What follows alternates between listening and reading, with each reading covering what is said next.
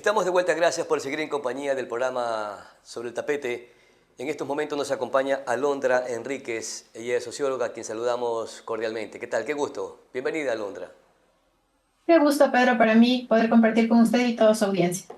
El gusto siempre es nuestro. Alondra, en el medio digital Primicias se reveló este dato que me pareció sumamente importante y necesario para hacer un análisis en torno a que en los hogares están, o en el mundo están naciendo menos niños y los hogares se están llenando más de mascotas. ¿A qué cree que se debe este fenómeno de esta nueva generación? Bueno, creo que la última semana también coincidió con el boom de las declaraciones de la encargada del INEC aquí en el Ecuador, que afirmaba es que esta deserción en términos de embarazos también correspondía a un alejamiento de la ciudadanía con la religión o con temas religiosos, ¿no? Lo que está sucediendo hoy es que, bueno, no es una razón religiosa por un lado y tampoco, digamos, es una razón preferencial respecto a que la gente prefiere las mascotas por encima de los niños. Obedece a una ola que viene con mucha fuerza desde el año 2000 sobre el empoderamiento de las mujeres en decidir sobre su cuerpo. Es decir, la maternidad tiene hoy un proceso de racionalidad importante en que, como varios sectores feministas han anticipado, debe ser consentida o no debe ser, desde, digamos, su consigna de lucha. Pero además también ha venido de la mano de, yo le denomino este fenómeno como un destape de la sociedad contemporánea, en el sentido de que casos como los que se tapaban antes de violación, pedofilia, estos intentos de abuso sexual entre familiares o de familiares hacia niños, niñas y adolescentes, hoy es más público y tiene sanciones más severas. Tanto es así que el presidente Daniel Noboa hace 3 semanas sobre el caso de Santiago Díaz, acusado de violar a una menor de 12 años, decidió justamente implementar una medida que es la castración química. Entonces, todos estos fenómenos ahondan en que precisamente hoy la concepción sea vista primero como una decisión, no como el mero acto reproductivo como era hace 40 o 50 años, que también tenga un ejercicio de conciencia en el sentido de que la paternidad y la maternidad tienen que ser dos espacios sostenidos, es decir, no solo la mujer está para criar y para el espacio de lo doméstico, sino que hoy también hay un cambio importante en la mentalidad de los hombres. Hay, por ejemplo, procesos admirables en el tema de coparentalidad, donde incluso a partir de un divorcio, tanto padres como madres son corresponsables de la crianza de sus hijos. Y no vayamos muy lejos, por ejemplo, el caso de la hija del presidente Daniel Noboa, que justamente vive este proceso. Su papá quiere ser un papá presente y esa fue una de las disputas que en elecciones tuvo mayor, digamos, exposición, ¿no? Que es ya este cambio también en la mentalidad de los Claro, varones de asumir claro, esta porque antes responsabilidad en la crianza de los niños. la patria potestad era definitivamente entregada hacia la madre. Hoy también tiene esa alternabilidad. Puede ser Y padre o madre. además está pasando algo muy importante y es que los hombres exigen ese derecho a la crianza. Hemos visto casos muy frecuentes desde el año 2015 a la fecha donde los padres exigen ese derecho a criar e incluso pelean con mucha fuerza la tendencia definitiva de sus hijos. Y que en términos generales eso es un derecho y además una reivindicación masculina muy importante porque siempre se ha encasillado a los hombres desde esta perspectiva machista, patriarcal, violenta y agresiva, donde además el padre era una figura básicamente de adorno, ¿no? Si nosotros regresamos a ver cómo era la dinámica del padre hace 50 o 60 años, era el padre que llegaba, pero no compartía las labores del hogar, mucho menos las labores de la casa, de las tareas, de la crianza. Era un padre semipresente, que respondía netamente por la parte económica, pero no por la parte afectiva. Y eso ha cambiado en estos últimos años y eso también de alguna forma permite que la paternidad y la maternidad hoy tengan un espacio precisamente incluso de valoración económica. Es decir, hoy las parejas más jóvenes tratan de organizar su economía para poder solventar una educación digna, para poder solventar un techo y los mínimos en garantías que los niños, niñas y adolescentes hoy requieren. Bueno, es aceptable que esta nueva generación tenga una nueva concepción de ver la familia o el hogar, pero lo que también un poco se discute, y no sé si sea en torno de un debate medio complejo, es que los hijos sean reemplazados por las mascotas. ¿Qué factor importante influye en la mentalidad de los jóvenes para hacer esos cambios? ¿Necesito mascotas en mi casa y no hijos, pero también es una responsabilidad no igual, pero sí también importante. En el caso del impacto que han tenido en los últimos años las mascotas, o digamos este acercamiento ya en los hogares ecuatorianos, porque la gran mayoría opta por incluir entre sus miembros del hogar a una mascota, sea este un gato, un perro o un animal que pueda obviamente estar en las condiciones del hogar. Sucede que también responden sobre todo a acompañamientos mucho más emocionales, y no es que no quieran tener hijos, sino que las mascotas se han convertido en un sostén hasta psicológico en ciertos casos. Hay varios estudios que, por ejemplo, para niños con autismo, el tener mascotas es todo un proceso terapéutico, adultos mayores, que también implica el tener mascotas un proceso de acompañamiento y también parte también de un proceso terapéutico. Y eso hace que mucha gente a partir también, porque no solo ha venido este espacio de reflexión sobre qué implica tener hijos, sino que también hay un espacio de reflexión de haber puesto en primer lugar la importancia de la salud mental, y las mascotas se convierten también en un apoyo psicológico y emocional en ciertos casos. Ahora, hay otros donde definitivamente esta facilidad de no cargar responsabilidades, porque al final del día un hijo es una responsabilidad Claro, continua. eso le iba a decir Uno a no puede dejar Alondra, de ¿no es que ser están papá. rehuyendo a la responsabilidad de tener hijos? Correcto. Entonces, sí hay casos en los que de alguna forma se suplanta, ¿no?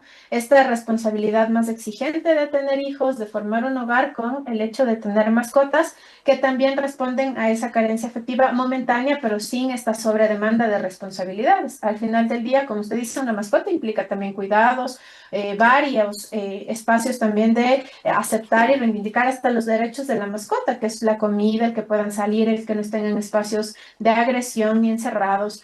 Sin embargo, versus lo que demanda un niño, sí hay un cambio incluso en la racionalización económica, porque con un hijo implica educación, implica salud y otros gastos que obviamente hoy la gente lo piensa hasta dos veces. Pero esa racionalidad del tema de hijos no solo es una racionalidad pensada desde estos nuevos espacios de apropiación que los hombres y las mujeres tienen respecto a si quieren o no quieren ser papás, en qué momento quieren o no quieren. También viene transversalizado por una situación económica. ¿Cómo le pedimos a una población de 21 a 35 años que tenga una familia o que tuviera ese interés en iniciar una familia, cuando acabamos de ver hace 3 semanas en la ciudad de Quito que 16.000 personas hicieron largas filas por conseguir un trabajo? La crisis de empleabilidad también es uno de los factores para que se vea este decrecimiento en la decisión de poder concebir. Y ese pudiera ser Y el factor estos, determinante para que la nueva generación, sobre todo en nuestro país, priorice las mascotas por los hijos o sus y que, no libertades. y que esto es un dato importante porque no es la generalidad, o sea, digamos, es un cierto grupo de hombres y mujeres que han optado por tal vez adoptar una responsabilidad con las mascotas por encima de una responsabilidad a la hora de la concepción, pero es un mínimo sector. El otro gran sector que ha decidido no tener hijos o que prefiere tomar otro tipo de decisiones está directamente correlacionado a la falta de empleabilidad.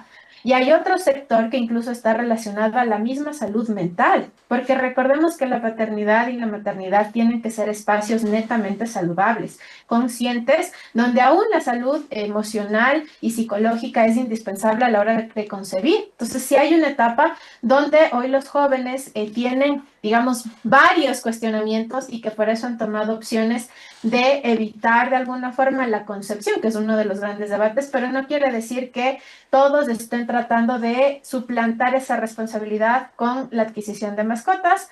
Este, como digo, es un sector probablemente del 100% representará el 12% porque no deja de tener una responsabilidad con la mascota. El gran hoy cuestionamiento que existe es que la gente está decidiendo no tener familia por lo que implica en gastos y por la ausencia de ingresos de las familias ecuatorianas y en general en América Latina. Y tanto es así Ahí, que hoy los gobiernos de alguna forma ahí tengo deben tratar de garantizar estas condiciones mínimas, ahí que tengo una es la inquietud. garantía de derechos para niños, niñas y adolescentes en lo básico, que es educación libre y gratuita, salud de calidad, empleabilidad inmediata, porque caso contrario, imagínense lo que Primicias también sacó hace 4 días, que la gente en Quito está prefiriendo gastar menos y priorizar sobre todo aquellos gastos, gastar menos en temas, digamos, salidas o consumo por fuera del hogar, sino priorizar pagos internos de la casa como agua, luz, teléfono e internet. Y hay un proceso en el que la gente está consumiendo, está gastando menos, producto también de la crisis paulatina que es persistente en términos económicos. Claro, ahora, haciendo algunas reflexiones alrededor de esta tendencia, si los jóvenes de esta era moderna deciden más bien participar en familia con mascotas y no con hijos, ¿no crea alguna frustración? Lo que pasa es que a ver, los jóvenes, las generaciones Centennial y Millennials hoy tienen otra perspectiva dentro también de sus metas de vida. ¿Y cuál es esa perspectiva? Uno, tenemos hoy una población significativa, por ejemplo, que prioriza sus estudios. Tenemos un peso significativo de profesionales con tercer, cuarto nivel e incluso por debajo de los 35 años ya con doctorados. Es decir, hay metas académicas mucho más constantes al verso de las generaciones de hace 30 o 20 años, donde solo el reto de llegar a tercer nivel ya era significativo. Y aún graduarse del colegio hace 60 o 70 años ya era un reto significativo. Entonces, cada generación viene también con una meta que va ligada directamente a los retos educativos y estas dos generaciones hoy tienen claro también hacia dónde caminan. Lo segundo es que de alguna forma el tema también de nuevos estándares en el estilo de vida de estas generaciones, tanto Centennial como Millennial, prioriza que, por ejemplo, en lo que ellos más invierten son en viajes, cuando tienen las condiciones económicas adecuadas. Gastan muchísimo en estos temas de viajes y ahí, por ejemplo, la mascota termina siendo ese lazo afectivo, pero que no les detiene a poder viajar porque las mascotas tienen facilidades Claro, de pero es en esta alojamiento, época facilidades de en la que están cuidado. viviendo con toda su fortaleza emocional y física. Pero ¿qué sucederá cuando estas personas ya tengan 50 años o más? Seguramente las mascotas ya no estarán porque ellos tienen un ciclo de vida muchísimo más corto. ¿Cómo funcionarán esas emociones a esa edad de esa persona que dejó de compartir con sus hijos, con sus nietos, y cuando ya tenga esa edad ya será muy tarde de poder ser padres? Lo que pasa es que para estas generaciones no es una necesidad, ni tampoco está dentro de sus metas el consagrarse como papás o verse en este rol familiar. Tienen otras expectativas, tienen otras visiones de vida y por eso el no verse en este rol es una decisión muy personal y muy bien racionalizada. Es decir, a ellos no les da temor la soledad, no les da temor probablemente la carencia, como usted dice, personal o afectiva. Son generaciones mucho más individualistas. Y eso hace que para ellos no signifique una crisis. Probablemente el perder a la mascota o de alguna forma no generar estos lazos afectivos. Pero además de ser generaciones muy individualistas, son estas generaciones líquidas que hoy además son persistentes y que también entienden muy bien esta mecánica de lo desechable. De si mañana se le muere una mascota, al día siguiente podrá tener otra. Entonces tiene sus propios mecanismos de autosubsistencia en función de en lo que hoy se sigue desarrollando y desenvolviendo.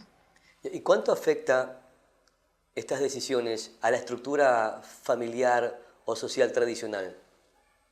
Definitivamente creo que esa es la reflexión más importante. En medio de que hay varios factores en los que hoy permiten que la ciudadanía o los jóvenes sean conscientes de su decisión de asumir una paternidad o maternidad, hay un problema social que golpeará radicalmente en los próximos años, pero que ya, además nosotros ya lo vivimos con el efecto de la pandemia. Recordemos el impacto brutal no solo en la salud, sino en la parte psicológica de los ciudadanos que implicó la pandemia, el hecho de no poderse dar un abrazo, el hecho de no poderse dar un beso, el hecho de no poder saludar.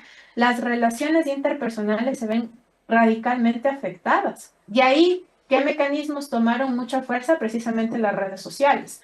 Producto de que no había ese contacto y esa interrelación directa, la digitalidad permitió de alguna forma de que no se viera afectada el espacio de relacionamiento entre individuos. Sin embargo, si le sumamos a este boom, ¿no? De las pandemias o el impacto que hoy están teniendo las redes sociales con esto de radicalizar la individualidad de los seres humanos, Si le sumamos además la ausencia de la estructura familiar, que en cualquier época es indispensable porque es el sostén, En una época de digamos, enfermedad, por ejemplo. ay, perdón, ahí no le escucho muy bien la En pregunta. una época de enfermedad, por ejemplo, de esa persona. ¿Cómo enfrentaría esa Correcto. situación? Entonces, este tipo de escenarios que son demasiado, que están encasillándose hacia este discurso del yo por encima del nosotros, también es respuesta de por qué hoy la gente es tan poco empática sobre lo que está pasando en términos sociales y políticos, porque a la gente no le incomoda que no haya medicinas, por ejemplo, que no haya un sistema de educación eficiente, es producto de este individualismo, porque si yo estoy bien, el resto no importa. Entonces, si hay un efecto lacerante como sociedad que paulatinamente será insostenido, porque al final del día la colectividad es parte de esa convivencia sana. La familia es la primera estructura elemental de una sociedad porque la familia regula, instaura y norma valores y principios. El momento que desaparece esa estructura familiar, que en términos generales yo veo hoy un cambio interesante porque hay gente que se preocupa porque este espacio familiar sea saludable, sea un espacio donde se permita no la radicalización de los discursos, sino todo lo contrario, una apertura al diálogo, una apertura de reconocer a los otros, pero eso es un pequeño sector que todavía le da paso a esta maternidad y a esta paternidad y a esta estructuración de la familia. Pero hay otro amplio sector que no quiere saber nada, que no desea participar, que tiene otros intereses y eso fraccionará definitivamente la convivencia social e incluso determinará cómo se va a invertir la política social y la política pública. Porque si tenemos más jóvenes que hoy han optado por tener mascotas y cada vez hay menos niños, en algún punto los políticos o el Estado tendrá que pensar en este primer grupo. ¿Cómo garantizar que esas mascotas tengan guarderías públicas? Hospitales públicos, porque recordemos que la política estatal se diseña en función de las necesidades y la Claro. demanda de la sociedad, dejando por fuera atención a sectores que pueden ser prioritarios. Y ahí es la reflexión, en el sentido de Y mire que usted que ningún ahorita en estos extremismo momentos es existen bueno y que hay que falencias. tratar de entender estos fenómenos que hoy están sucediendo y darles una lectura crítica porque hay un impacto que puede ser lacerante a corto plazo. Claro, en estos momentos decía yo que por esas ausencias de normas no existe una convivencia armónica entre las mascotas y las personas o los seres humanos. Es decir, que hay que trabajar desde ahora en estos momentos porque la tendencia probablemente siga avanzando y vamos a poblarnos más de mascotas que de hijos en nuestros hogares, como Y lo usted reflejan ha los abordado datos. algo muy importante porque el tema de las mascotas implica también un cambio importante en el paradigma de quienes tal vez no estamos acostumbrados a convivir en esa lógica. O sea, hoy quienes tenemos hijos estamos de alguna forma coercionados por el peso que tiene un perro. Si viene un perro a querer morder a mi hija no se convierte en la víctima, sino es el perro es el víctima. Y probablemente si mi hija lanza un patazo al animal, la que termina siendo la victimaria del animal es ella y no el animal. Entonces, sí, Claro. hoy están pasando ese tipo de situaciones donde tampoco hay un respeto en una convivencia armónica, tampoco hay un respeto mínimo en las normas. Es decir, si yo tengo un perro y saco a pasear a mi perro, lo propio y lo que la ley dice es que tiene que ir con su collar o tiene que ir con su correa. No lo puedo dejar libre porque si ese perro agrega a una niña, a un niño o a alguien, deberíamos tener por ley una sanción. Y sin embargo, eso no pasa porque también hay un romanticismo de las mascotas, ¿no? Esto de volver también todos los espacios friendly tampoco es lo más adecuado. Los animales tienen una composición precisamente animal que implica bacterias, implica un montón de temas que hay que ser controlados y sin embargo hoy los vemos paseando en centros comerciales sin ventilación, sin ningún Claro. control. Y No por hay eso normas que también hoy hay regulen que eso, apelar a más esa disposiciones y racionalidad reglamentos de respetar internos los espacios y las diferencias. de algunas instituciones.